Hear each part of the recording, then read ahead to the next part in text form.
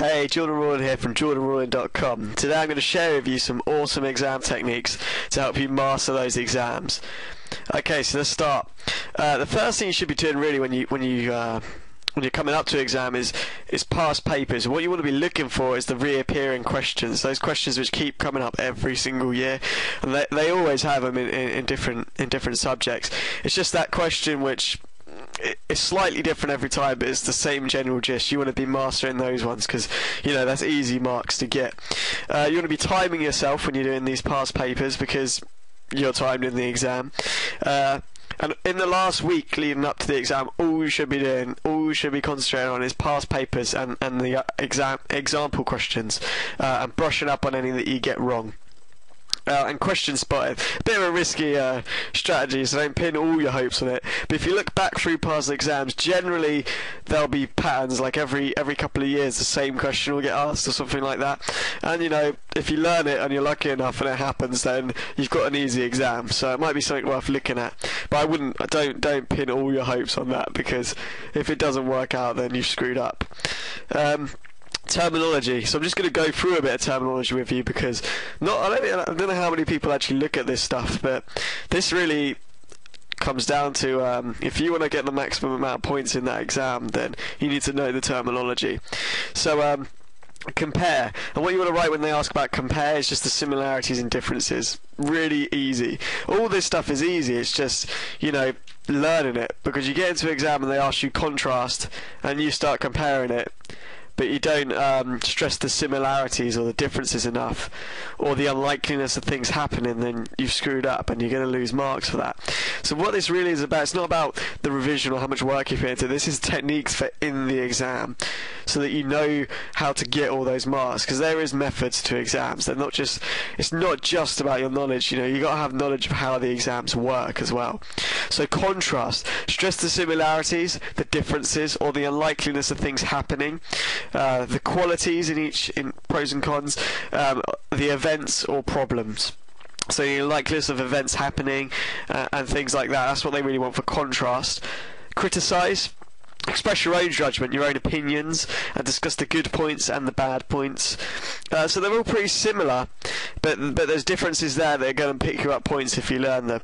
And obviously come back to this, pause it, read through them properly. You know, I'm just going to quickly go through them to discuss. This is where they want you to examine what is presented, write the pros and cons and write your opinion on them, and have a conclusion at the end. So you can see these are all along the same lines, but it's just slightly different to get picking up points from here and there. Enumerate. This is a weird one. I didn't know what this meant really until a few weeks ago. List the points required one by one. Easy. It's just knowing what these words mean. Terminology 2. Evaluate. Present the problem, define the problem, discuss the pros and cons, and give your view at the end. Easy. But it's so easy as well to mix these up, or to just not completely know what one of them means and miss out on easy points. Explain. Just, you know, that's a pretty easy one. Explain it very clearly. Best to go along the lines of how it works or why it works, and keep it in a good order, really. Interpret. Pretty similar to explain, except they want your opinions or your reaction to the problem as well. Justify. You must prove or show your grounds for decision. So basically I just want examples and evidence to prove your opinions and your points as well. Outline. Basically means explains, but only the main points. You leave out all the minor details and all the fluff you would put in with explain. Prove. You must give evidence for the point, mostly scientific proof, that kind of thing. Pretty easy, to be honest. Relate. So you want to emphasise the associations and connections between the 2 points that they've given you. Number 3. Review.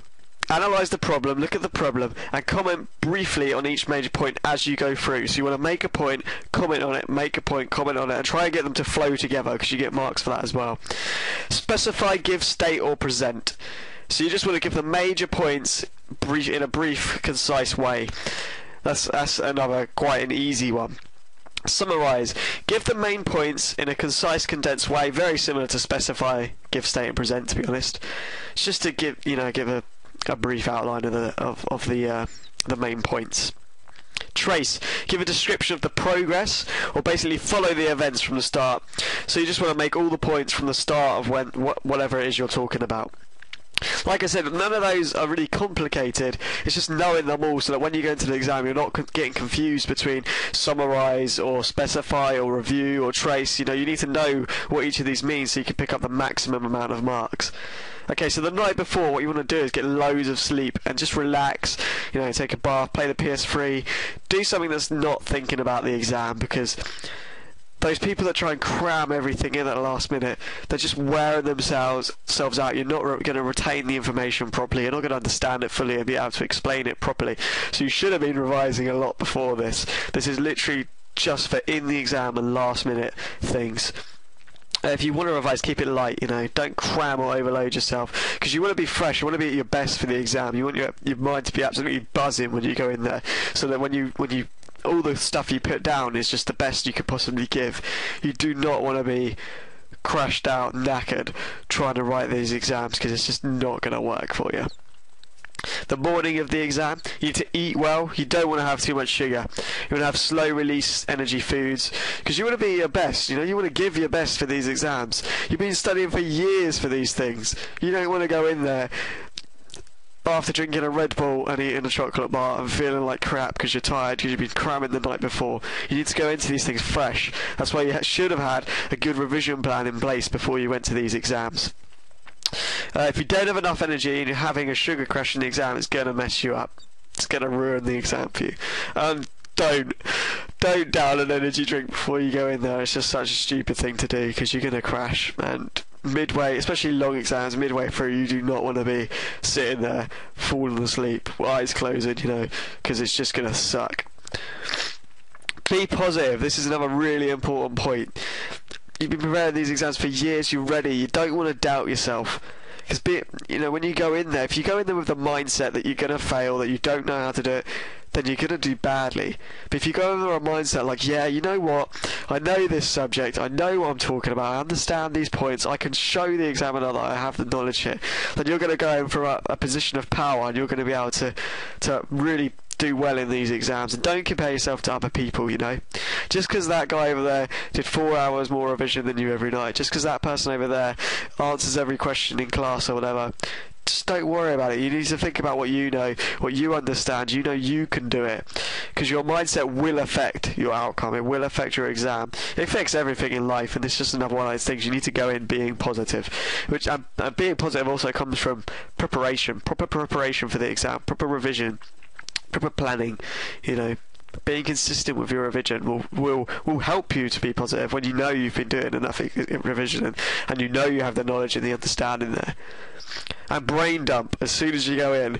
All the important formulas, all the important dates, the names, the studies, anything you really need to remember just before the exam, just read up on it really quickly and just memorise them really fast just before you go to the exam. And as soon as you sit down, rough bit of paper, write it all out, because that's going to help you so much. Because when you start answering a question, you're instantly, your whole mind is focused on that one question. It's very easy to forget names, studies, dates, formulas and things that you're going to need later in the exam, and it's going to suck so much if you do really well on one question, but then you go to the next question and you are focusing so much on that one, you've forgotten the name of the guy, you've forgotten the date it happened, you've forgotten some formula you needed. It's going to suck. But it's always handy to have that bit of paper with all the stuff you remembered at the start of the exam. So yeah, write them down as soon as you start, and it's going to help you out for later on in that exam. Go through the questions. Literally, as soon as you get into the exam, you've brain dumped, you've written everything down. Now what you need to do is go through and decide which questions you know definitely. And what you want to do is just go through it. Don't answer them. Just go through, tick, yeah, I know that one. Yep, I know that one. I know that one. And then put a line. If you're like, I'm not sure. I think I know it, but I'm not quite sure. Put a line on those ones and a cross if you just think, gee, I don't know what that's talking about. What the hell is that going on about? So you want to tick all the ones you can do, line the ones you're not sure on, and cross the ones that you can't do. And then go through and do all the ticks first, because the ones you're not sure about and you think to know the answer are going to take the longest to do. So you want to make sure you can get all the marks you can possibly get. So you need to do all the ticks first. You need to do all the ones you can do definitely first, because that's getting all the points from that. And it means you're not going to run out of time wasting your time on things that you might have got right, you might not have done. So any questions you're unsure of, going to take the longest, so make sure you do all the ticks first, then the lines, and then, you know, just guess, at least guess for the crosses. Never leave anything blank, because you never know what you could get a mark for. Even if you can only write one main point, you're hopefully going to get something for that. So write down the main points as soon as you start a question as well. So this is when you've done your ticks, you've already done your brain dump. You're going through the questions. Now what you want to do is, you've started question 1, you want to write the main points down on a rough bit of paper, so that when you're going through you can link them up so they flow well, because you get a lot of points for things that flow well and things that are structured properly. And highlight the terminology on the question as well can help out, because you don't want to write a whole question out and realise it said justify and you've just done something completely different. Essay style questions as well. Take your time with structuring them, you know. Have an introduction, you know, a bit of background, a concise and brief description of what you're going to be talking about, of what you know, the subject, the topic, or whatever it is, the points that you're going to put. Then in the main body, it depends on the terminology they used, but you just want to do exactly what they've asked. If you've asked to justify it, go back and look at the terminology and justify it. If they've asked you to state. You know, you got to do exactly what they say, because the people that just go in there and write pros and cons for everything they ask for aren't picking up the points. And you want to pick up as many points as you can on the things that you know. So it depends on the terminology you use, but if you do exactly what it asks and try to make each point flow into the next, you get tons of points for that. You know, if you've structured it properly, if you've written your main points on a rough piece of paper, you could try and find, does that point link to that point, does that point link to this point links to that point. If you have an intro, all those points are linked together, and then your conclusion, you're going to get a ton of points for just the structure of that answer, not even what you've put, but just the structure, and then you're going to get your points for getting, you know, things right and whatever. So those are just some quick tips. Oh, and keep on time as well. Use a stopwatch when you're revising. Get used to the time it takes to do these questions, and try to stick to the appropriate time for each question. The worst thing has got to be you get to the last question, you think, oh yeah, I know that, because you didn't go through and do the questions you knew first, and you've got 5 minutes left and it's going to take you a half hour to do that question. It's got to be the worst thing, and you're going to miss out a lot of marks if you do that. So use your timers. Do the questions you can do first. And always try to answer all the questions, because you never know what you're going to get. You know, you never know. You might get lucky. You might not have a clue, but you write something and you get lucky. You get a couple of points for that, and that can make a difference. You know, so always answer those questions. And those are just a few points there, and I hope they've really helped you out. Please check out my last video. I'll put it up the top left, how to make complicated subjects easy at university. I put up some revision tips as well. That's a really good revision tip on that other video up there.